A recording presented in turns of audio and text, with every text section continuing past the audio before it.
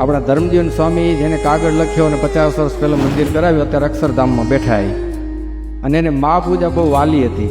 મિસ્ત્રીઓ આપણા એને કાંઈ તકલીફ પડતી તો સ્વામી મા પૂજા કરવાનું કહેતા, તમે ભુજમાં મા પૂજા કરી આવો તો તમારું સારું થઈ જશે. નારાયણ સ્વામી નારાયણ,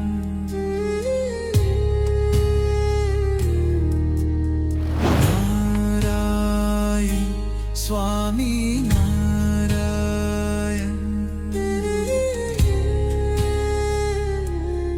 બોલો નારાયણ સ્વામી નારાયણ, બોલો નારાયણ સ્વામી નારાયણ.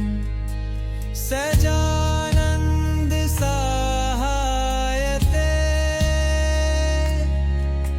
સજાનંદ સહાયતે,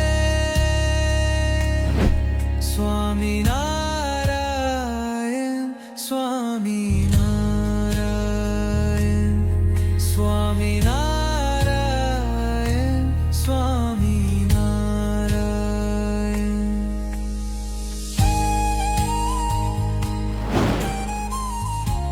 અને અત્યારે પણ આપણો દ્વિશતાબ્દી મહોત્સવ થયો નરનાળ દેવનો.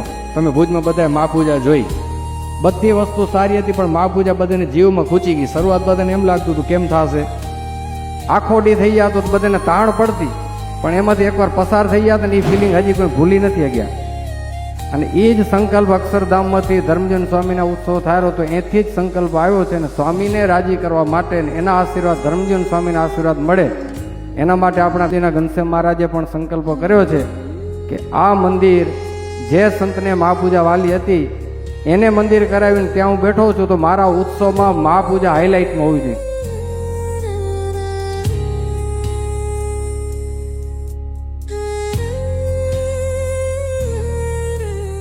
અને મા પૂજા એટલે કરવી છે કે આપણા હૃદયમાં ભક્તિમાં થોડીક શુષ્કતા આવ્યો તો ભક્તિ ઓર પાંગરે, ભક્તિમાં થોડો ભગવાનમાં પ્રેમ જાગે, આપણને કંઈક અર્પણ કરશું, ભગવાનને કંઈ ભાવ કરશું, બોલશું, એટલે અંદર સુકાઈ ગયેલો પ્રેમ થોડોક લીલો થાય.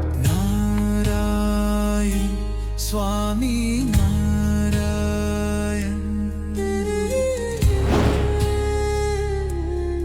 બોલો નારાયણ સ્વામી નારાયણ, બોલો